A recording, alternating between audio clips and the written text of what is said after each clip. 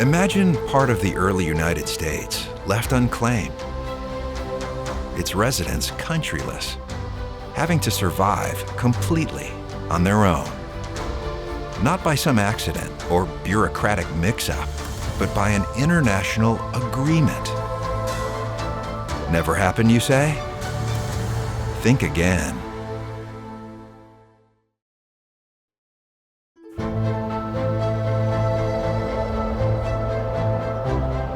Barely 20 years a nation, the United States of America in 1803 negotiated one of the greatest land deals in the history of civilization by purchasing the Louisiana territories from France. But lost in nearly every historical account is the fact the deal did not go down without dispute. The western boundary was pretty much undefined.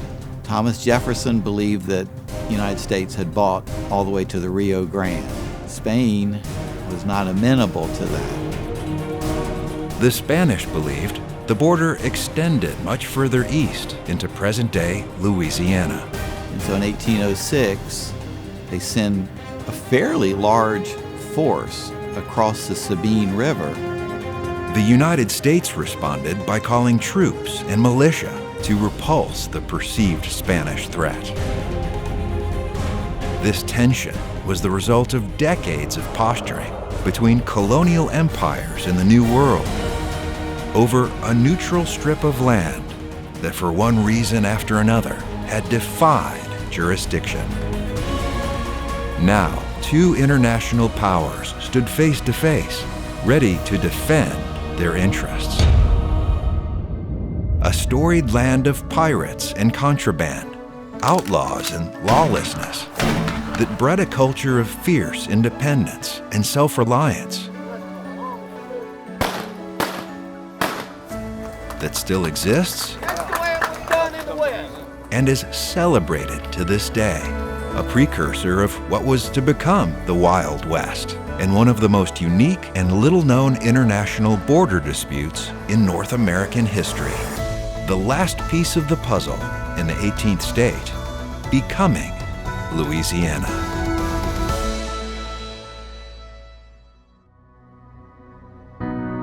In the early 1700s, France was claiming all the lands drained by the Mississippi River. Spain was claiming the territory west of that. The British colonies were a world away. France made the first move in settling their claim by sending Louis Saint-Denis to establish trade with the Natchitoches Indians in 1716. So they were both looking to control the interior of North America, and they kind of come and meet really for the first time right here at Natchitoches and Los Adias. The purpose of Los Adias was really to protect the Spanish interest and to keep the French from moving into Spanish territory. With no accurate maps and few distinguishing geographic features, the generally accepted boundary between the colonial empires was the Rio Hondo and Calcasieu rivers. And there is another empire of native peoples to contend with. That does set it apart from other places because you had a very benevolent Caddo confederation here that, in a sense, welcomed both the Spanish and the French. The Spanish were looking to convert them to Catholicism. The French were just happy to trade with them. Spain further secured its border by extending the Royal Road, the El Camino Real, from Mexico City and making Los Adias the capital of Spanish Texas in 1729. Then things changed. In 1762, France ceded the Louisiana Territory west of the Mississippi and New Orleans to Spain, its territory east of the Mississippi to Britain. Lands that had been French became Spanish. Even the French Fort Saint-Jean-Baptiste in Natchitoches. With no border to protect, Los Adias was abandoned in 1773 and the soldiers sent back to San Antonio. But their story does not end there, because their lives have become deeply intertwined with the land and the people of the neutral strip. All those soldiers who were here are intermingled with our genealogy. Rhonda Goche descends from one such soldier, Gil Ibarbo.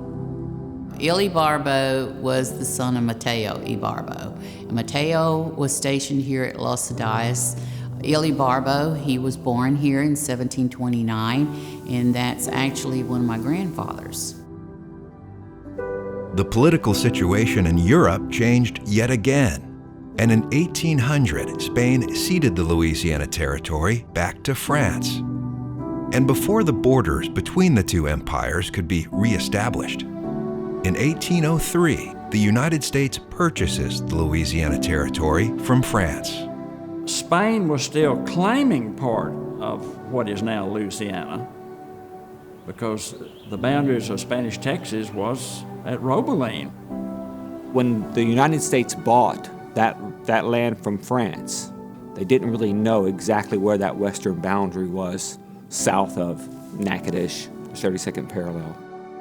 I think the U.S. was a little bit reluctant to get into a war or get into a struggle with Spain over going ahead and pushing them back to the Sabine or even farther.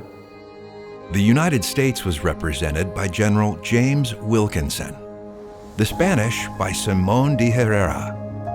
As Wilkinson pushes his troops further west, he decides he does not want to fight. And so what Wilkinson proposes is that we'll move back east of the Rio Hondo, which is a boundary that went back all the way to the founding of Natchitoches and Los Adias. This was a historic boundary between the two, between the French and the Spanish.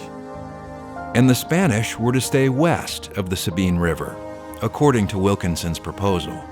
And they made a gentleman's agreement, literally saying, for the time being, we will not send anyone to protect, to tax, or to control the inhabitants of this area, this strip between what we view as our territory and what we view as your territory. It's sort of this dissolved neutral strip.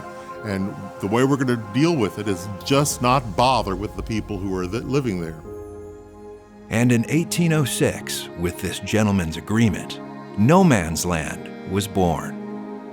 And until such time that diplomats could work out the details, there would be no new settlers, no government assistance, and no law. The quirkiness of the no man's land thing is essentially government making claims to things they had never explored and did not thoroughly understand. Once those boundaries were specifically drawn out through a treaty by Simón de Herrera and General James Wilkinson, then you have a real line where people are realizing there's an opportunity there. And in that space, all kinds of things took place because you have no form of official law or anyone that is answered to. And so what happens then over time is that this becomes a place where, the worst of the worst come. One of the most popular outlaw legends is the story of John Murrell, the Reverend Devil. The reason why they called him the Reverend Devil was because his father was a preacher, and he learned the Bible early on. The legend is that he could quote all 10 of the commandments while he was breaking them. Rumors abound of outlaws who buried their ill-gotten gains in the Kisatchie Forest, close to the caves they hid out in, strategically located near the El Camino Real. The El Camino Real has long been known as a smuggling route between the French and the Spanish, dating back to almost its very beginnings. Some legends talk about Spain transporting silver along that highway. Outlaws or bandits would sort of populate those roads because it's where the money was. There was lots of movement through no man's land, of pioneers making their way west along the El Camino Real. what really was driving the sort of westward expansion of the Americas, this idea that there were silver mines in this region, in New Spain, that promised great wealth. These settlers became easy prey for outlaws who would rob them and simply vanish into the densely forested surroundings, attesting to the fact The damn neutral strip is cursed of the devil. ferry crossings were another favorite for thieves who would lie in wait. There are many stories about cattle thieves and rustlers and smugglers crossing the river in one direction, stealing cattle or goods, and then crossing again to escape. This was the time that lawlessness, you could say either lawlessness occurred or there was no lawlessness at all. A time that drew pirates like the infamous Jean Lafitte, who was able to operate right out in the open. Nobody was going to come here after him because they weren't going to send any militia. They were not going to send any taxmen. So Jean Lafitte, literally, when he came to Southwest Louisiana, he was not a pirate. He was not a privateer. He was essentially an early 19th century version of Amazon. He was actually bringing in goods and supplies. Visit by Jean Lafitte was viewed as a great boon because finally we can get gunpowder, we can get crockery, we can get textiles, we can get pots and pans, we can get guns, we can get this, that, and the other. Except people would have been one of the commodities pirates would traffic. The neutral strip in terms of African Americans would have been, or African descended people, would have been a place you went through. Not that you stayed, because what happened is if you, let's say you were a free black person traveling through the neutral strip, and for whatever reason nobody knew you or you didn't have the right papers or whatever, then someone would catch you, take you to Kentucky or Georgia or somewhere else and re-enslave you. So that was not somewhere you wanted to be. When Jean Lafitte was here, he was legal because there was no law, because this was no man's land, which makes it really unusual in terms of telling history, but there it is. That's the history in Southwest Louisiana. That's why the outlaw is so important to the neutral strip, right? Because it's more about how people of the neutral strip survived and made a life in a region that was known as a tough place and drew the attention of outlaws. Before no man's land became known for its lawlessness, there were generations of settlers who had no qualms about fending for themselves. You had to skin your own skunks and whatever. You had to be independent. You had to be self-sufficient. And many of those pioneers just wanted to be left alone to make a living. These were not plantation peoples. These were not slave-owning peoples. Just small-scale farmers working 15, 20 acres that could be farmed by the family. And that became the predominant economy throughout what's going to become no man's land. To the south, raising cattle was becoming a burgeoning industry. And because of that sort of cowboy culture that you ordinarily associate with the American West of the 1870s is actually practiced in Louisiana 70, 80 years before the trail drives. We have the trail drives here in Louisiana very, very, very early on. Everything here was about survival. The contraband trade began out of necessity due to the far eastern position of Los Adias. It was hundreds of miles away from San Antonio. The Spanish soldiers would trade things that they had gathered from throughout Texas. They also traded Native Americans that they had enslaved. Samuel de Leon, he was a French soldier at Fort St. Jean Baptiste, and he bought a Lipan Apache Indian woman named Juana Maria, and he had 3 children with her, and I descend from one of those 3 children. The people may have been poor in terms of their material culture, but they lived a subsistence, pretty happy way of life, far away from any kind of central control or any kind of central command. This lack of government drew the Native American Coushatta to no man's land, a people who were looking for a place that offered peace, but most importantly, independence from outsider interference. It also drew the attention of a variety of other people who were looking for opportunity and a way of life. Joseph Willis is an important figure in the Neutral Strip. Some people say he was the first Baptist preacher west of the Mississippi River. Willis was a freedman, the son of an Englishman and a Cherokee slave. He first appears as a Protestant minister in Louisiana in 1798. He was a huge figure in bringing religion to no man's land. Part of what settled that region were these early churches. They were the key factors of making a place stable, right? And they're basically indicative of how people settled. You form a church and you gather together and you worship, but you rely on each other for support. We consider like the church is our Hispanic culture. Everything revolving around the Catholic churches, St. Joseph's, St. Anne's, St. Catherine's, that is all part of our culture.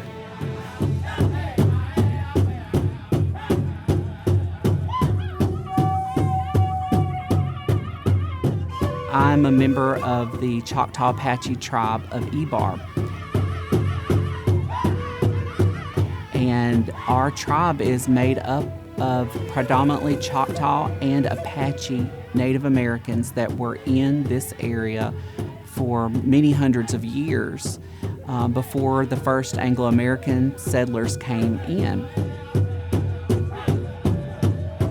And over time, all the cultures that had settled here, the Spanish, French, the freedmen, Anglo-Americans, and Native American tribes, all blended together to create a new culture unique to southwestern Louisiana. One that had as much to do with their spirit as it did their ethnicity. The family connections are incredibly strong. You survived. You've got to continuously protect yourself against the elements, against people. That's a hallmark of the Neutral Strip, no man's land. That is one of the things that is the most persistent aspect of the Neutral Strip mentality, like what Neutral Strip residents understand about themselves. That in order to survive in this place, especially early on, it took a pretty tough character. My dad, it was a total fight with him. He was notorious for his fighting in Zwolle, all him and his cousins. But it wasn't that they were fighting against the system. They were just fighting to let people know that they couldn't be pushed over.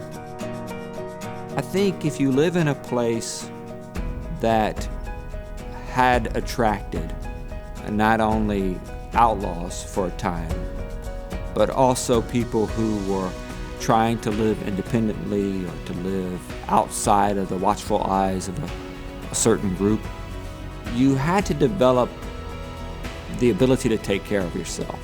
You don't know these outside people, so you don't really want to let them in. And that's the way they were. And in 1821, the Adams-Onis Treaty was ratified, and Spain abandoned any claim to territory east of the Sabine River. The western boundary of the new state of Louisiana was set at the Sabine River. I don't think Wilkinson or anybody at the time believed that the Neutral Strip would last that long, no man's land would last that long. No man's landers were now Americans. You just didn't have a line or a fence or a road or anything you could step over and say, okay, I'm in no man's land. It was sort of fluid, very fluid. But a treaty could not stop what was already in place. With the border question settled between Spain and Louisiana, The anarchy prevalent throughout no man's land had to end. And in 1822, Fort Jessup was established. Situated on the El Camino Real, 15 miles from Natchitoches and a day's march from the Sabine, it functioned as the central stronghold of the new frontier, restoring law and order to the region. Then in 1830, a contingent of Fort Jessup soldiers was hurriedly dispatched to Lake Charles.